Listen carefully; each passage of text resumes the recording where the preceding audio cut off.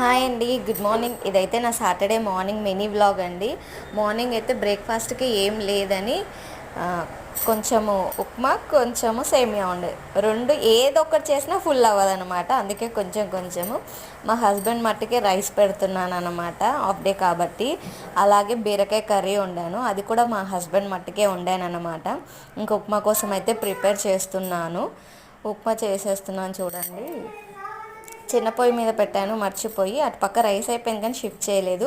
ఇంకా ఈ స్వీట్ ఎవరికన్నా తెలుసా? ఎంతమందికి తెలుసు? ఎంతమంది తిన్నారు? నేనైతే ఇదే ఫస్ట్ టైం చూస్తున్నాను.